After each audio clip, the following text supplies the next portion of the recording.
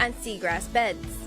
By integrating climate resilience into our coastal zone and fisheries sector, we're ensuring the long-term sustainability of blue-based industries, the protection of essential marine ecosystems, and the source of revenue for our coastal communities. The blue economy is more than just policy. It's progress. It's sustainability. It's the promise of a brighter future for all Belizeans. Together, we're charting a new course because with vision, commitment, and action, the sky is the limit and the sea is our greatest ally. The Ministry of Blue Economy and Disaster Risk Management, safeguarding lives, seas, and sustainability.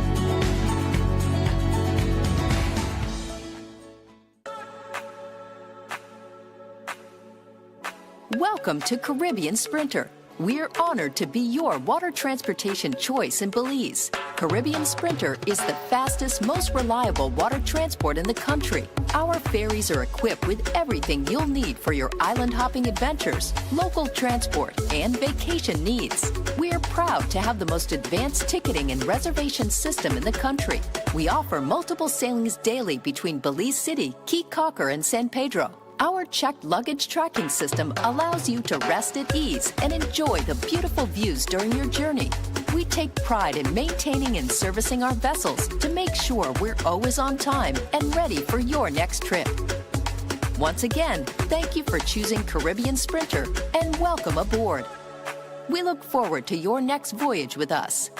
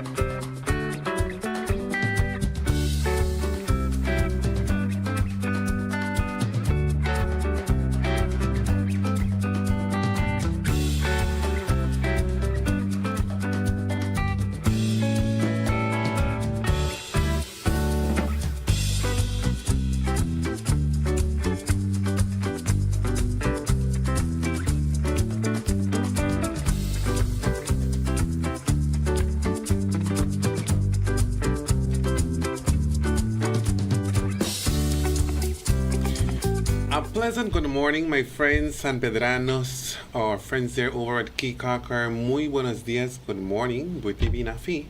I am really hoping that everybody rose up to a brand new happy Friday. It's the weekend finally here, the last work day of the week. If you work in offices, because others, like myself, we still run jobs way into Saturday and Sunday, right?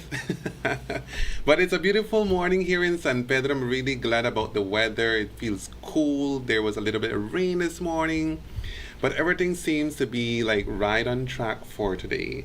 We want to welcome you to another episode of Good Morning San Pedro, and to start off, we want to delve right into the general weather forecast with information prepared by our friends at the National Met Service. Here is that information as of 6:01 a.m. this morning. General situation calls for a slightly moist northeasterly airflow that will be prevailing. The 24-hour forecast, sunny with a few cloudy spells today and partly cloudy to cloudy skies tonight. Showers and thunderstorms will be isolated, with a medium chance of slightly more expected over some coastal and offshore areas today and tonight. Taking a look at the marine conditions, the winds will be blowing from the north to northeast at 5 to 15 knots. The sea state, choppy to moderate, and waves anywhere between 3 and 6 feet. Temperatures will soar in the coast to 87 degrees Fahrenheit during the day, and it will dip down to 77 degrees Fahrenheit at night. In contrast to inland, they will get some higher temperatures, 91 degrees Fahrenheit during the day, and a cooler 72 degrees Fahrenheit at night. And then in the hills, 81 degrees Fahrenheit during the day, and then in the night, it dips down to an even cooler 67 degrees Fahrenheit. The outlook for Saturday and Saturday night is for similar weather conditions to prevail. And when we take a look at the tides, we see that one came in this morning at 5:53 a.m. That was before the sun rose, I believe. And then a high tide follows later on this morning at 11:54 before the rice and beans time. Another low tide comes in at 5:05 p.m. And then another high tide kicks in at 10:58 p.m. tonight. The sun rose this morning at 5:48 a.m. It will set at 5:25 p.m. this evening. The moon will rise this morning at 8:23 a.m. and it will set tonight at 7:32 p.m. That's information from forecaster on duty Tariq Matthews at the National Met Service of Belize. And as is usual, my friends, we always want to share with you the 4-day forecast so you can plan ahead of time, right? We take a look at that also from the National Met Service. We start off with Saturday. Saturday says isolated showers and thunderstorms, medium chance of slightly more coast and offshore.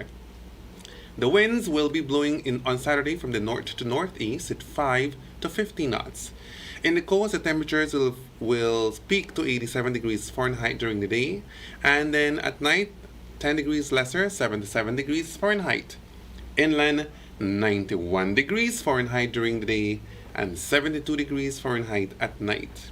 On Sunday, generally isolated showers or thunderstorms. The winds blow from the north to northeast at 5 to 15 knots. In the coast, 87 degrees Fahrenheit will be the highest temperatures during the day, and then at night, 77 degrees Fahrenheit. Inland, 92 degrees Fahrenheit during the day, and then in the night, 72 degrees Fahrenheit. Now we take a look at Monday. Monday will call for isolated showers or thunderstorms. The winds will change this time. On Monday, it will be blowing from the north to northwest at 5 to 15 knots. In the coast, the temperatures will reach maximum 86 degrees Fahrenheit during the day, and then at night, 76 degrees Fahrenheit. Inland, 90 degrees Fahrenheit during the day, at night, 71 degrees Fahrenheit. Completing the 4-day forecast, my friends, is Tuesday. Tuesday, it says it will be generally fair with isolated showers or thunderstorms. And the winds will remain blowing from the north to northwest at 5 to 15 knots.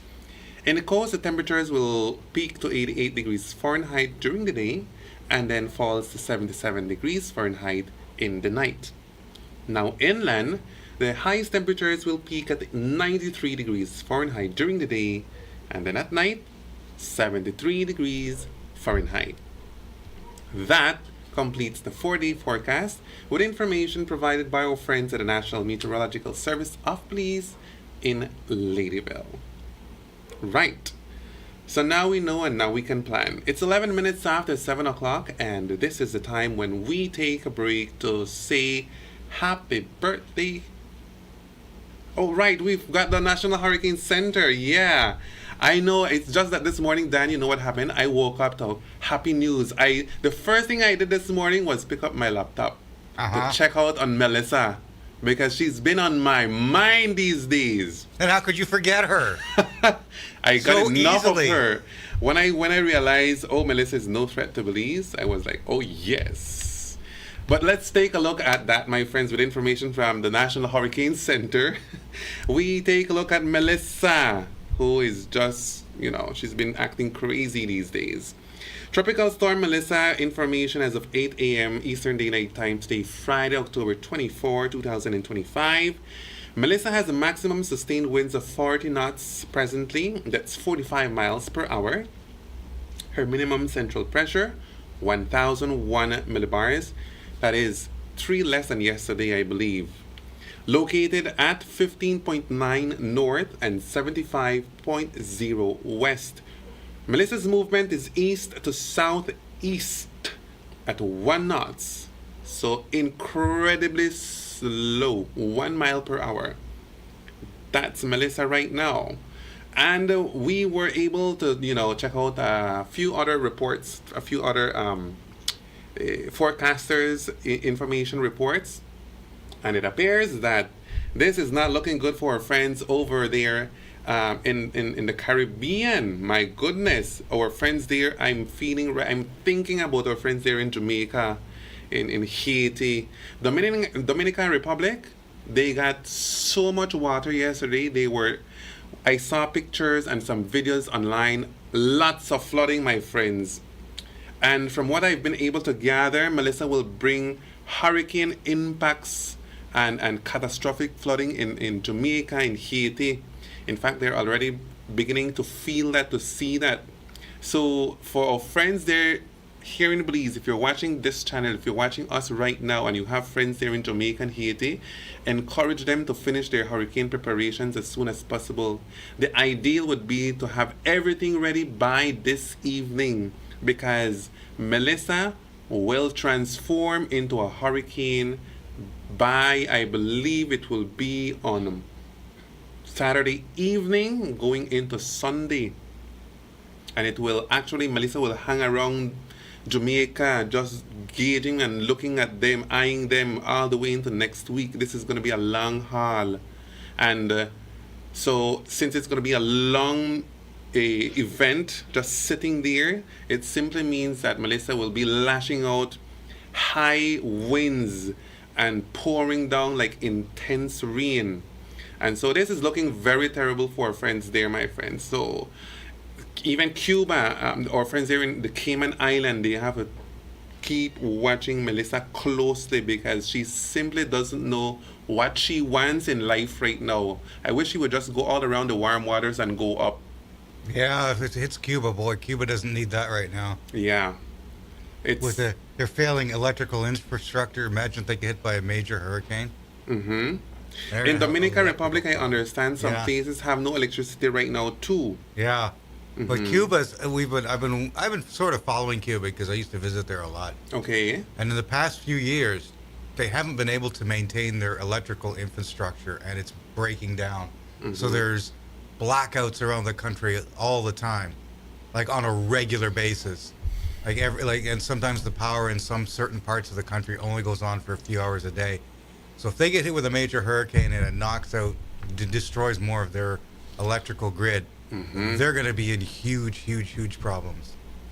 The only thing that is helping them, will be helping our friends there over those islands right now, would be that they have mountainous places. But it will only serve Jamaica. for a few while, because then it also spells into a good formula for mudslides and, dangerous situations. So everybody who lives in the low-lying areas are encouraged to move as quickly as they possibly can, because this is going to be a long haul. A lot of rain will be coming down. This is going to be a crazy situation.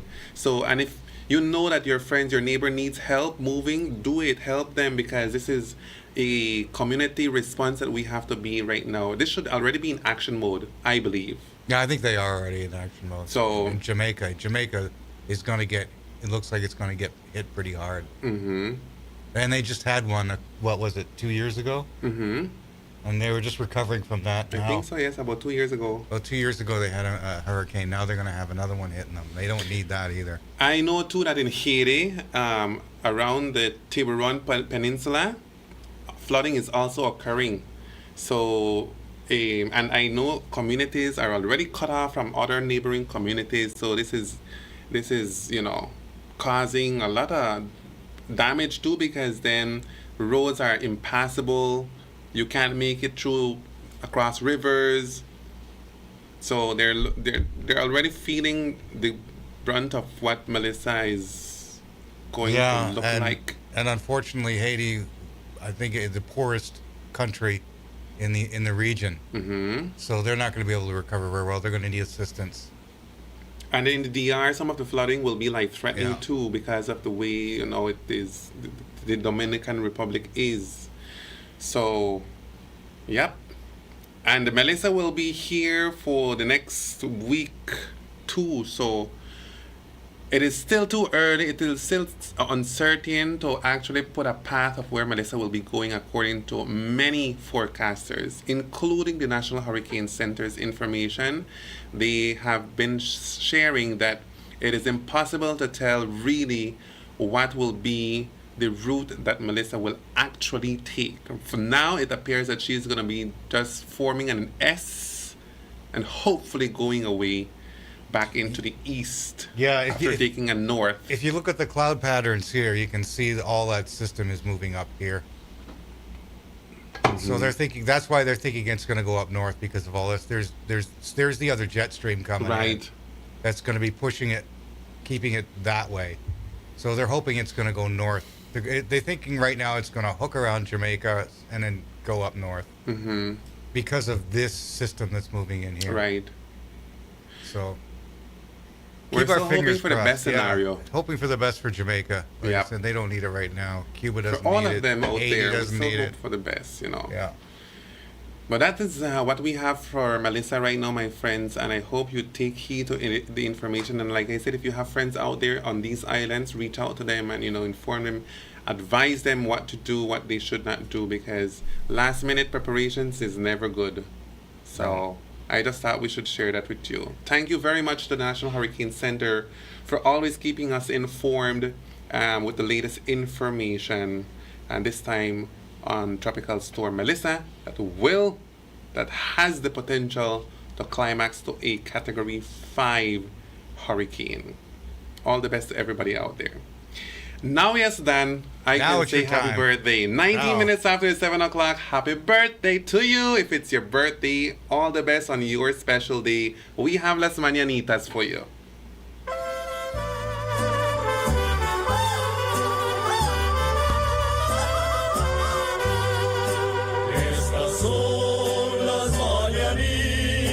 Que cantaba el rey David, hoy por ser tu cumpleaños te las cantamos aquí.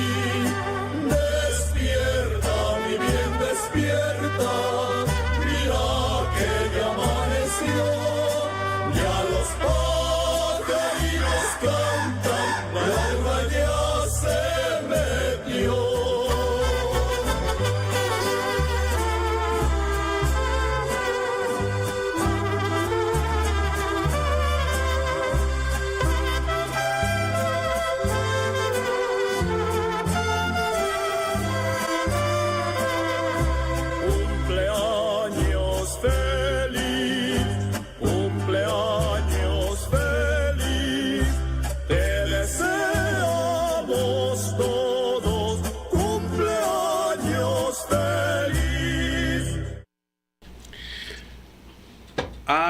My friends, there you have it. That was the birthday song to all those who woke up to Las Mañanitas. Happy birthday once again to each one of you.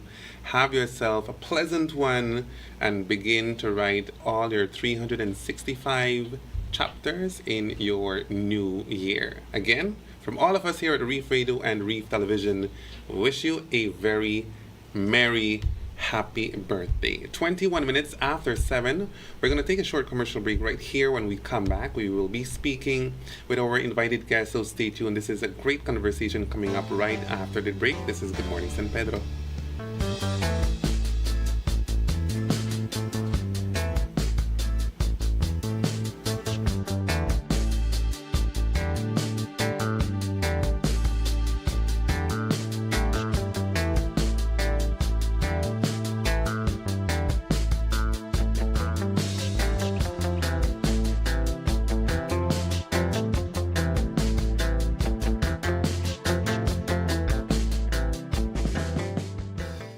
The AIC mobile app has been helping many to save time while getting more done, all from the comfort of their homes. When you download our mobile app, our services are at your fingertips. Log in using biometrics, view motor and property policies, file a claim and submit claim photos, request a quote, receive renewal reminders starting 6 weeks prior to renewal, submit renewal request, view branch locations, and obtain Google Map directions, make payments via Atlantic Bank Bill Pay, and even contact your customer care rep directly. Prospective clients will have limited access, but can request a quote, place a call to a branch, view branch locations and obtain Google Map directions, file a claim. And since all paperwork is completed beforehand, there's no waiting in line. With all the time you can save, can you afford not to use our app? Download today on the App Store or Play Store. The AIC mobile app. Insurance at your fingertips. Pampered Paws, your pet experts. Calm, confident canines. We offer daycare and boarding services with playtime and multiple beach park walks designed to have your dogs socialize and fulfilled. Pickups and drop-offs available. Grooming. Complete grooming services include bath, trim, nail, and ear cleaning. Results that will take your breath away. We also do house calls. Beach Power Walks, a 2-mile structured park walk designed to mentally and physically stimulate your companion.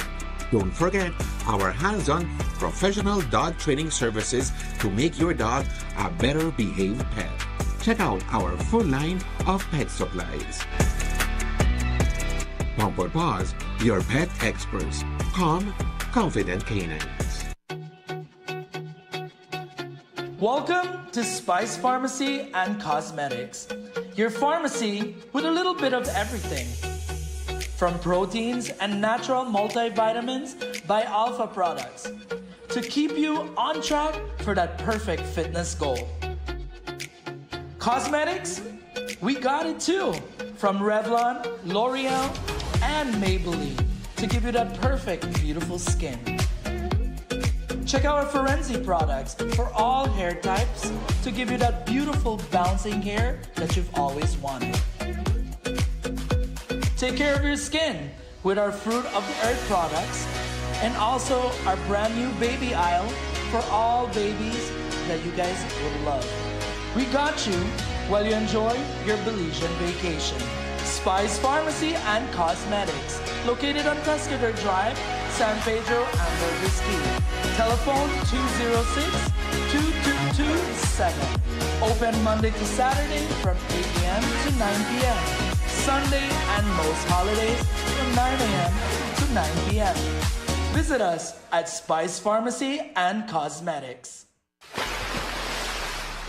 Captain Shark's Marine Center is San Pedro's favorite marine hardware store that proudly supplies boat owners, fishermen, snorkelers, divers, and any other water sport enthusiasts. With the largest inventory of fishing gear in Belize, we can help you enjoy the salt life and ocean outdoors with the perfect lure, rod and reel combo, and any other complimentary fishing tools such as bait knives, hook pliers, cast nets, and much more.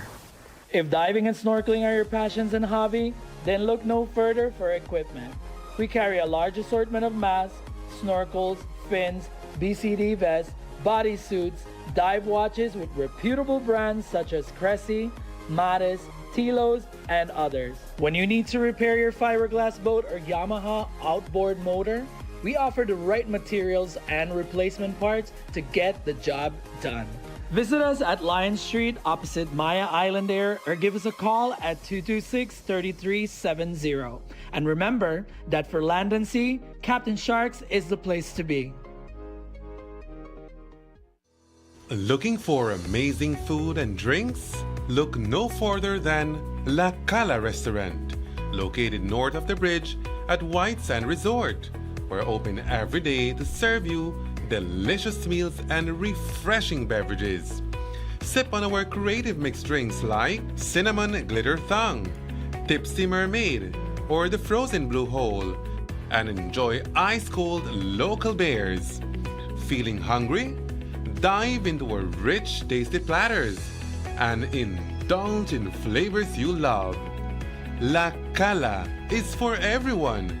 Bring family, bring friends, and make every meal memorable. Saturdays is Cornhole Cash, so sign up and win big. Our opening hours is from Monday to Saturdays from 9 a.m. to 7 p.m. On Sundays, 12 noon to 8 p.m. Follow us on Facebook and ask for our specials. Call us at 633-8024 for more information. Find us by following the signs on the road. La Cala, good vibes, great food, unforgettable drinks. From sunrise to sunset, we are for everyone. La Cala Restaurant.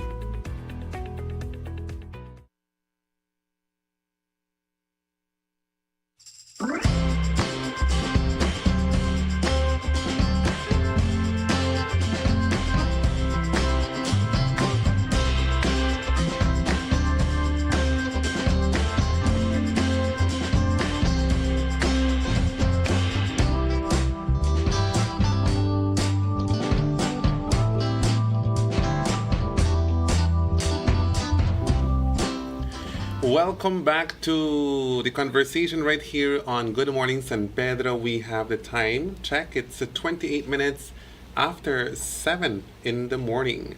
And with us now we have Dan, we have a scientist in the house this morning. A scientist? Yep, we have a scientist in the house this morning. So No, we don't. He's not wearing a lab coat. if you if you love science, you're gonna love this conversation. Welcome, Valentin, to this episode of Good Morning San Pedro. How are you this morning? Very good, thank you. Good morning, listeners. Good morning, Dan. And Valentin is the advisor to the council in terms of, well, all the work that has to do with the sargassum. And so we are here to continue the conversation that we started last week. So we want to delve right into it. Valentin, please continue sharing with us. Yes, because I know we ran out of time last week.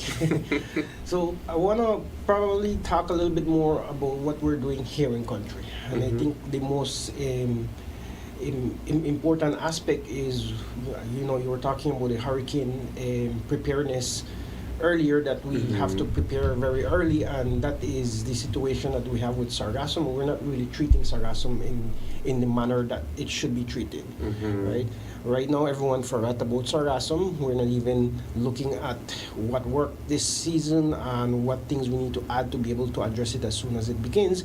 We're just very thankful that it finally disappeared, right? I know that we've mentioned this earlier in the year. We don't want to wish for hurricanes, but this storm way out there in the pot of where the sargassum comes from is just going to churn up all that water. It's going to lower the temperature.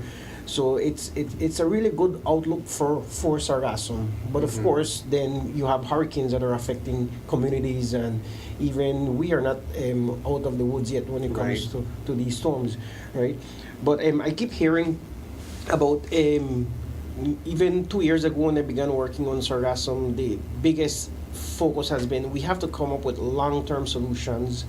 And we have to monetize sargassum. We have to figure out a way to make money out of sargassum for these things to make sense. Right. We don't think in those terms when it comes to hurricane. Have you ever heard anyone say, when we're preparing for hurricane, we have to come up with a solution for hurricane? We have to try to make profit out of the hurricane? You don't hear that, right? And that is the change that we need to make with managing sargassum at the national level, at the local level, even if you're near the beach where you're the one that has to be cleaning up sargassum. We have to shift away from that kind of mentality, right? We have to prepare for sargassum early. We have to ensure that we learn from all the lessons that we've had previously. We have to learn from all the lessons that people are faced with sargassum, and we were here to talk about the exchange that we had with our Mexican counterparts, and they have their shit together, right? And that's the direction that we have to move forward here. We have time right now between now and probably February to do the things that we weren't doing this year and have them ready. So as soon as we begin to see the first little bit of sargassum coming in, we activate. Right. Right. So it's about preparedness. Valentin, last time you were here on Friday, we were speaking about some of the things that will come out from this trip to Mexico, where it was sort of like a learning experience, but also a managing experience to see how, Mexico has been managing and doing with the sargassum situation there. And some of what you learned there will be implemented here through some sort of like a program project. Can you speak to us in terms of some of the details of what that will look like? Well, the first thing is it kind of confirms that the approach that we've taken right now, kind of my focus in coming in, and we have this huge problem. And to address this huge problem, we need to understand exactly what are the core aspects of the problems and how to be more effective at clearing. So we look at specific sites. We take the high school. We take the Central Park.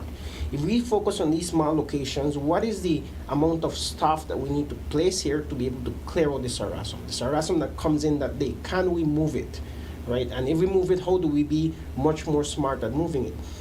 So what we set up this year is we have a sargassum deposition site, which is a designated area. So when the trucks are moving sargassum off the beach, they don't have to be going all over the island trying to figure out where to place it. We have this specific location, so the truck comes in, takes it there, comes right back to the beach. So we're more effective in moving the shipments.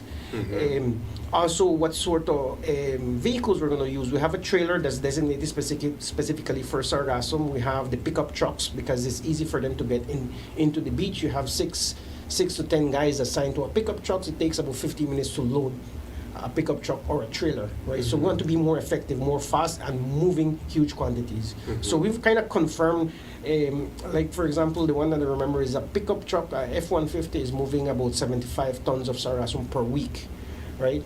So that looks at quantity as well, right? We look at the cost. How much does it cost to operate on a weekly basis? If a pickup truck breaks down and we have to replace it, what is the cost of a pickup truck, right? So all of these factors is what we look at to be much more effective in shifting huge amounts of sargassum and keeping our costs as low as possible. Also collecting data. For example, we didn't knew about these figures because we're just focused on sargassum cleanup, trying to catch up with it, and we're not documenting all of this information. So we actually have that documented for this year. And this is very useful because when we go to government, to the different ministries to say, we are doing our part to clean up sargassum, but we need a lot more resources. We need more trucks, we need to pay more staff, we need equipment, right? The municipal resources of the council have taken their toll because instead of cleaning up garbage, fixing roads, right, they have dedicated a lot of this to sargassum, and especially right now with the rains, people are complaining about the streets. There's been a lot of upgrade of streets and paving of streets, but obviously there's more that could have been done if we were not busy since February dealing with sargassum. And let me pin a needle right there, Valentin. Do you believe, or have you seen, because I know this is not easy work, data collection, I've done it before and done analysis of data too, and it's no easy work. It's hours and hours and weeks and months of working behind a computer and getting all the numbers correct. But are people really reading the data? Are people really understanding the data so that there can be a better response to the sargassum situation this year coming? Or are the right people consuming the data that you've been working on? Yeah, you asked me a question, but I avoid to put people to point fingers or anything like that. But in a way, you're right? We're collecting this information. We're saying we need these things. We need to do those things. And are the people in charge listening? Probably not, because if they were listening, we'd have all the resources that we need to tackle with the sargassum in town, right? But that's the reason we're here, right? Because we have to continue repeating these things, and we have to let people understand that we have to put the resources and we have to ensure that we're smart about dealing with sargassum, right? So if we focus on small areas like high school, Central Park, and we make it work in these specific areas, which is what we're showing with the figures, then you understand what you need to do to look at bigger areas. You replicate this and you expand this to cover a larger area. And at least for the municipality here, we're looking at the bridge to like the library, which is 1 mile, right? The exchange that we did with the Mexican counterparts, they're not trying to clean the sargassum in the entire Cancun area all the way down to Xcalac. They're looking at what are these priority sites, and they focus their efforts there. It's not that they don't care about the other areas, but that's the only way that you can be effective in making sure that you have areas where people live, where it's priority for tourism and the beaches, and you put all your efforts in managing it there. And they're not done, Once they, like the sites that we visit is a model for the entire area. We made it work in this area, and now we're thinking about how can we expand and have more areas in the coming year. That's the mentality that I'm saying. Right? What worked this year, they're going to continue doing that, plus they're looking at ways to expand it. Right now, we're just like, okay, forget about sargassum. When February comes in again, we're going to be like chicken. Yeah, we're going to be like chicken without our heads all over again. and we have to change that. We have to begin getting everything that we didn't have this year, getting people on board, getting people understanding, making sure that as soon as February comes, all the players that need to be part of this response program are activated in time, right? And we have months to prepare. Yeah, because I'm saying, like, by now, I think we should have already learned what is the cost of dealing with it between specific months. When in contrast to like months coming up like November, December, when there is still sargassum but less. Yeah. And how many people you need, and like how much human resources has to be there, how much financial resources has to be there, and that kind of stuff. So And then the equipment as well, right? Because I know you were asking about monitoring. This is not a situation where you have 100 people or even 5 people sitting in a computer collecting all sorts of data. We're talking about just the figures. How much quantities move, how much trucks we have, how long does it take to replace a wheelbarrow, how long it takes to replace a glove, how much of this we're going to need for next year. Having those specific figures, right? Cost as well. How much does it cost a week, right, to be able to clean up the sargassum that we're cleaning up? And then at the same time, like for example, here in Tancor, the last time that we did an average was about $45,000 a week it cost us to clean up sargassum.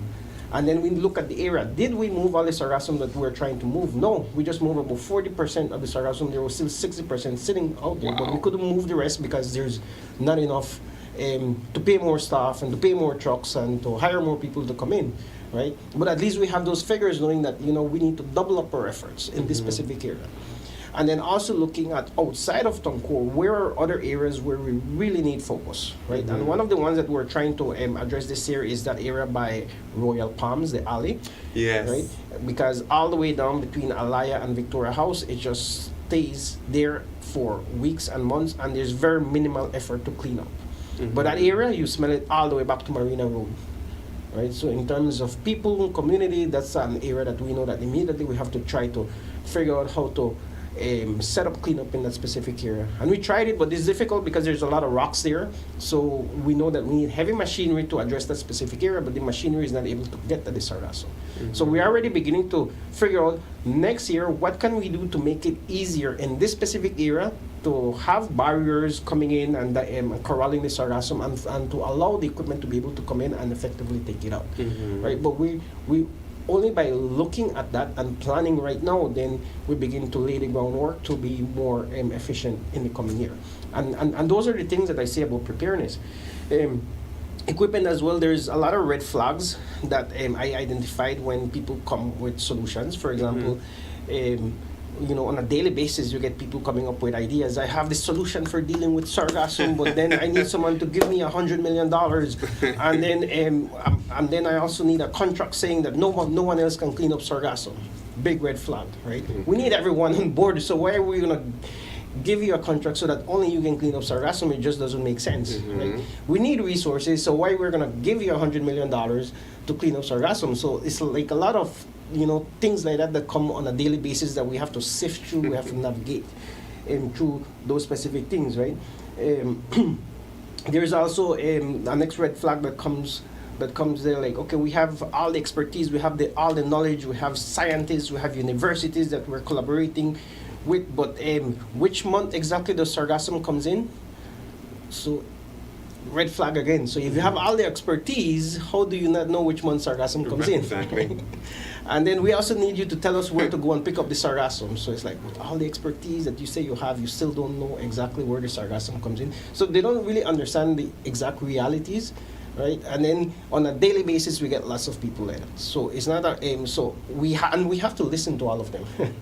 We have to listen to all of them because we need as much ideas, we need as much support, and we spend a lot of time navigating through those specific ideas. The one about monetizing sargassum, I think the Mexican counterparts have kind of demonstrated that when they pick up the sargassum, they go and give it to the companies free of charge, and you make your investment, you do something with the sargassum. I don't see right now that their effort is in trying to make money out of the sargassum. Obviously, if you have a company that's doing fertilizers or even crayons, remember they have like about 40 different uses for sargassum. Those companies still have to turn a profit, right? But from the management perspective, where we're getting the sargassum out of the sea, the focus is not really on making profit. It's about, yes, as much uses we have, but then our effort is to get it off the beach. Right. And to coordinate with the different players. Like they're coordinating with the military arm, they're coordinating with the district level organizations, their DOE, their tourism counterpart, and then also with the municipalities. But everyone it's like a puzzle, and all the puzzle come together, right? And everyone's doing their role, but they're also in direct communication with understanding how their efforts connects with the efforts of the other ones, right? And I think that's the beauty of that specific area, and that's the direction that we really need to move here. Okay. And I want to take time right now to say, kudos to our friends there at Ramon's. I know that they have spent a lot of money trying to make their beach look as clean as possible every day. And sometimes I see them in the morning, I see them in the afternoon, I see them in the evening raking their beaches so that there's no sargassum there. And it's a good thing because that is one perfect example of how you can do your part if you have a business right in front of the beach. And obviously, if you don't clean it, the sargassum will affect you, and it will affect not only you but everybody else around you. So I think that they've been doing an exemplary job in terms of trying to deal with sargassum that comes in their face.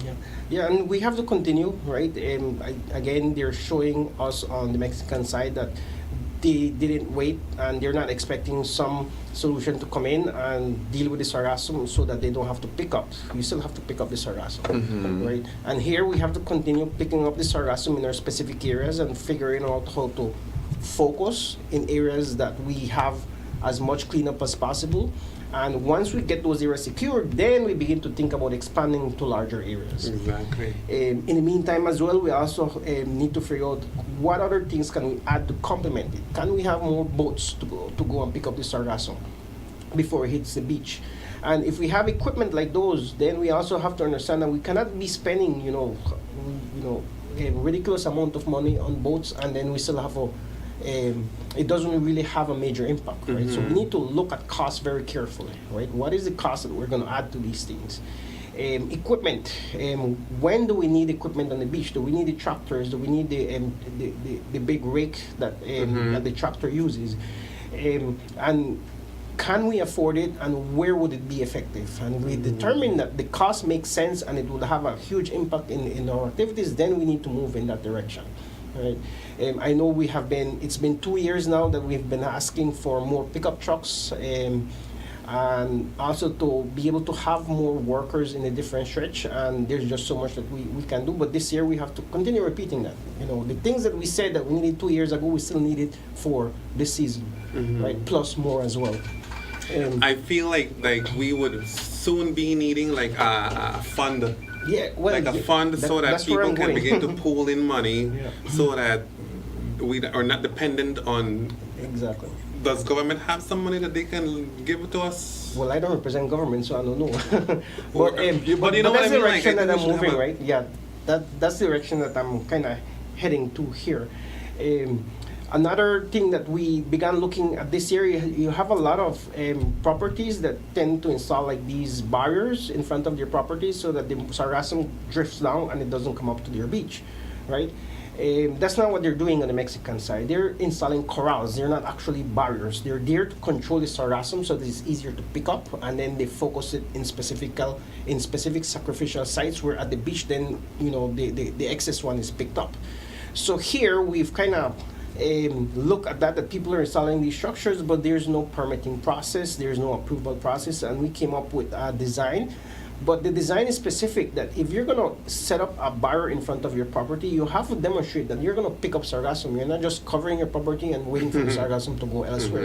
And we have several all over the island, and we get the reports, and we're looking at next year being able to have the legal regulations to manage these things, right? Because it's not fair for someone to completely, block their beach and send a sargassum to their neighbor, right?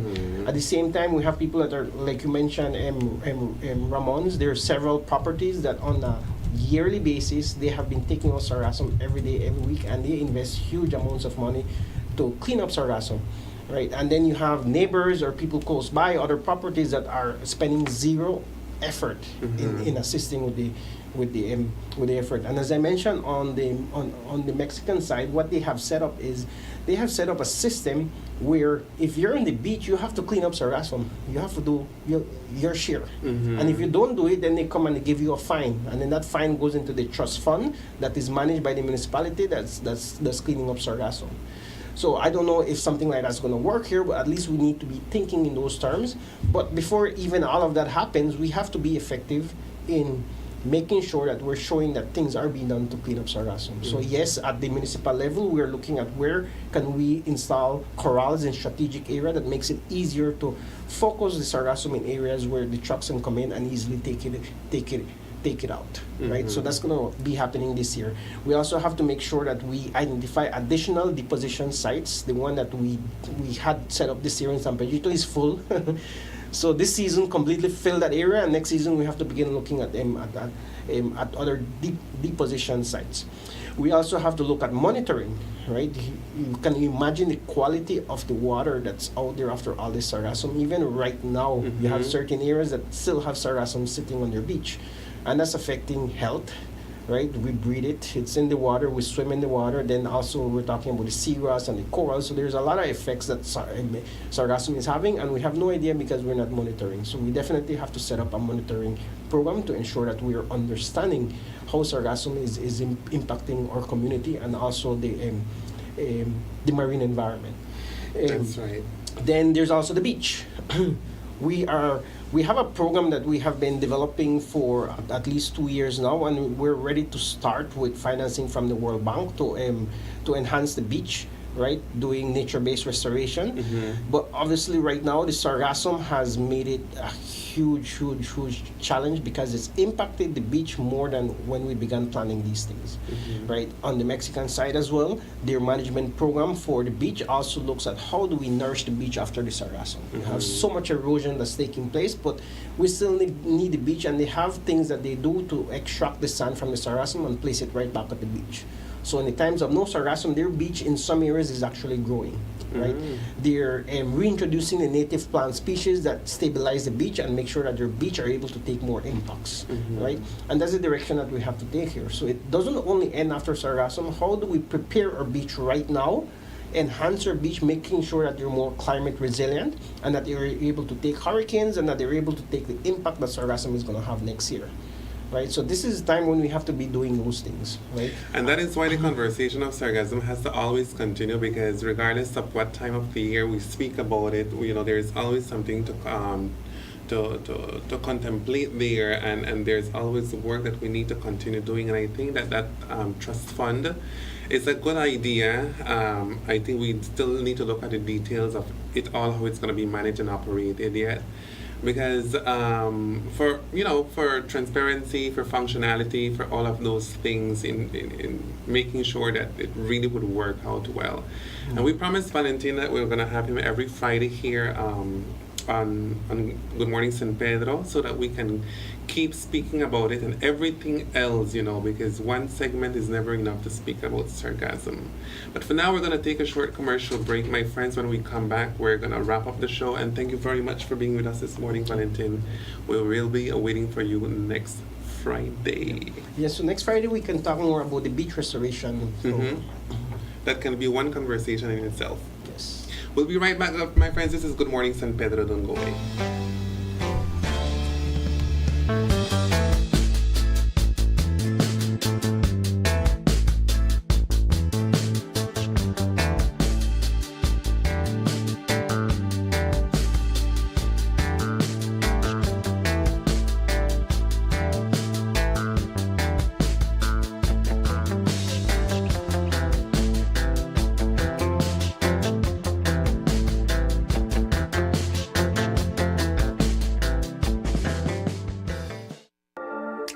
Welcome to Zyva Beauty, style and beauty, all in one place. Your one-stop shop for all things fabulous. Discover a stunning collection of makeup palettes, trendy accessories, sunglasses, adorable purses for adults and kids, mommy and daughter dresses, luscious lip glosses, glamorous eyelashes, and so much more. Hey gorgeous, walk in or book your appointment today and let us help you unleash your inner beauty. We offer expert beauty services such as powder brows, lash lifts, lash extensions, lip micropigmentation, and rejuvenating facials. Find us on Pescador Drive next to Caramba Restaurant. Call 605-9256 or message us on Facebook. Zyva Beauty. At Benny's, we have tiles to match any decor, whether it's classic, modern, or bold. Visit a Benny store near you to meet with a sales representative that will assist you in calculating and selecting the right tiles for your floors and walls. Choose from our vast assortment of colors, textures, styles, and finishes. The perfect tile for every space at a price that can't be beat. Whether you're renovating your kitchen or finishing your ideal office space, Benny's Tile Gallery has it all. Benny's, quality and savings. Hidden Treasure Restaurant and Lounge. Open air restaurant serving Central American and Caribbean cuisine. Hidden Treasure serves dinner Wednesday to Monday from 5 p.m. to 9 p.m. Located in the Escalante neighborhood 1.5 miles south of San Pedro town. Hidden Treasure offer a romantic and elegant dining experience. Make early reservations and ask for free shuttle service. Some restrictions apply. Hidden Treasure Restaurant and Lounge, the perfect place to celebrate birthdays, anniversaries, weddings, rehearsal dinners, and much more. Come, experience fine dining in an enchanting atmosphere. Live music every Thursday by a renowned Malaysian singer and keyboard player. Hidden Treasure Restaurant and Lounge. Telephone 226-4111 or 4236. Visit them at www.hiddentreasurebelize.com or on the socials. Hidden Treasure Restaurant and Lounge, San Pedro, Belize. At Castillo's Do It Best Hardware on Pescador Drive, we give you the best value for all your construction needs in San Pedro. From electrical to paint, to plumbing, to household appliances, we offer a wide array of modern and stylish designs for your home or office. Thinking of changing your look this year? Visit Castillo's Hardware. Our new computerized paint matching system is able to mix paint to match any color, offering you unequal convenience. Just choose any of our high-quality, do-it-best indoor or outdoor paints, and our trained paint specialists will scan the color and mix the paint on the spot, bringing your color to life. Details matter, and we do it best at Castillo's Hardware.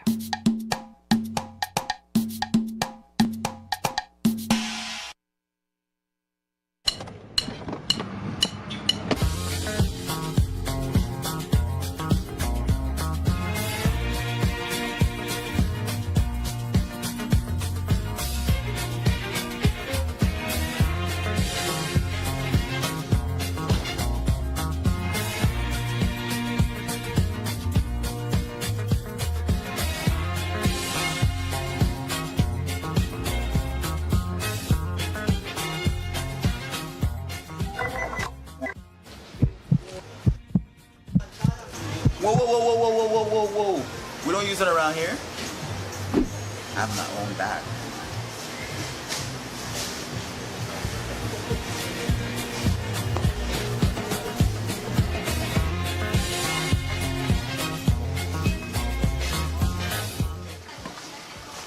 Where can I get one of those?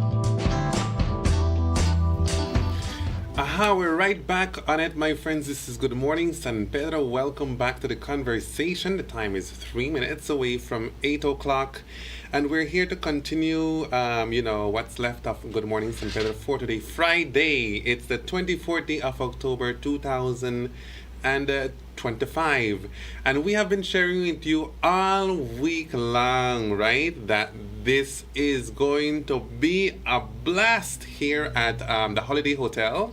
We're talking obviously about the Halloween bash that is coming up tomorrow. I hope everybody already gone and buy the their costume or made their costume. It's going to be interesting to see how many different costumes are out there tomorrow. I know that some people paint themselves, they mask themselves. So I'm excited about it already. More so because I want to know who's going to win so we can share the prizes. $10,000 in giveaways. And it happens tomorrow at a Holiday Hotel at La San Pedrana right here on San Pedro. It starts at 9 in the afternoon, in the evening. And it runs up until the next morning. And for that, we're going to be having good music mixed up by DJ Debe and DJ Biggs. There's going to be, what was it then? Not free jello. It's going to be free jello.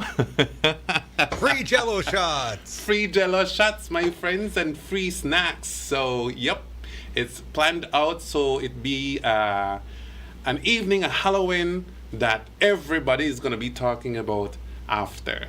So make sure you're there because otherwise you're going to lose on all the excitement and the terror in tongue. Well, I want to see who's going to be the ugliest. The ugliest. The ugliest? Yeah. Yep. I think last time I saw an Egyptian there.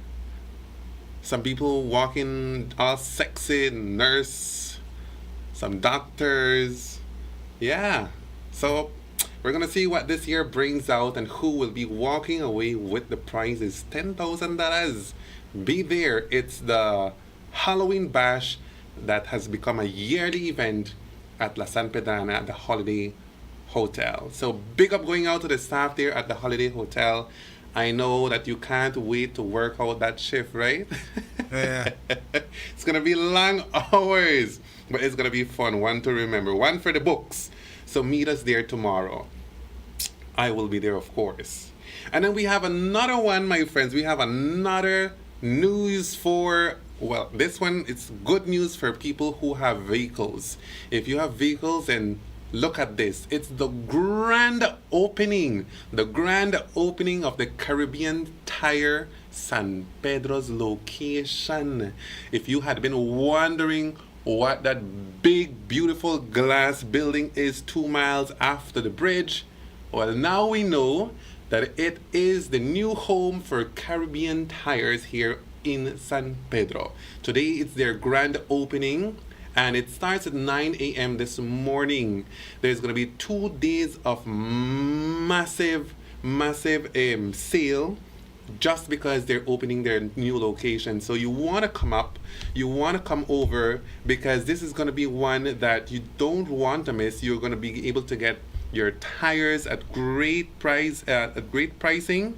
So if you want to see what you can be saving on, then you obviously want to come in and check it. It's 2 miles north of San Pedro after the bridge. That's or about quarter mile past the Grand Caribe Belize, okay? And look, for every purchase, you will be getting free tickets that will put you into a raffle where you can win yourself a golf cart. So you imagine that then? That'd be nice. You imagine you buy a tire and you get some tickets and the next thing you know you have 4 more tires. A golf cart. I tell you something, they sell more than tires there too. If They do. If it's the same as the one in the city, they're going to sell more than just tires. Lots of parts and lube and oil and stuff like that as well. And a little bit of hardware, I think. I think the last time I was in there was many years ago. Mm-hmm. They had a big front section where they sold a lot of extra accessories and stuff like that. And I don't know if this one's going to service vehicles, but the one in Belize City also does a vehicle service as well. I believe we're going to be finding out all of that today. Got to show up there on Friday and Saturday. Yeah, that's today and tomorrow. I sent you a new flyer, Dan, where it has the golf cart tickets. Oh, okay. That one will show you what's going to be happening today and tomorrow.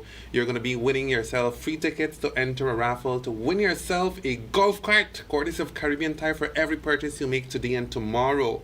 Other than that, there's also going to be, listen to this, 20% off on automotive. So again, you're going to be saving big time. 20% off automotive. And there's another one there. Buy 3, get 1 free. We're talking about Hankook and Laughlin tires. Whoa. So that's a good save. That's a good deal. I like the last one. I'm going for that. And then free hot dogs for customers. I'll be there. I'm going for some free hot dogs. Sure. And of course, some conditions apply on certain deals, okay? So make yourself over there to the grand opening today. Our friends at Caribbean Tires are waiting to serve you with a big smile. Today, the inauguration happens at 9 in the morning, and then thereafter, you know, the entire celebration and the entire sale begins, and you surely don't want to miss out on that, because I know a lot of people will be taking you know, heed to this, because you're going to be saving big bucks. They're not like dollar you're going to be saving. You're going to be saving a lot of money. So come over to Caribbean Tires. And if we don't have any more announcements then? No, we did the Halloween party. I think that's the only big event that's going on this weekend. Yeah. It's pretty quiet, so. Yeah.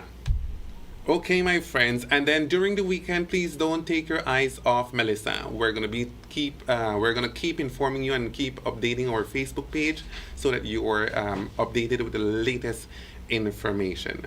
Now, please enjoy the rest of your day. Thank you very much for making us part of your morning. This is Good Morning San Pedro. We're gonna invite you for next Monday for another new episode of Good Morning San Pedro. We're gonna leave it in good hands, okay?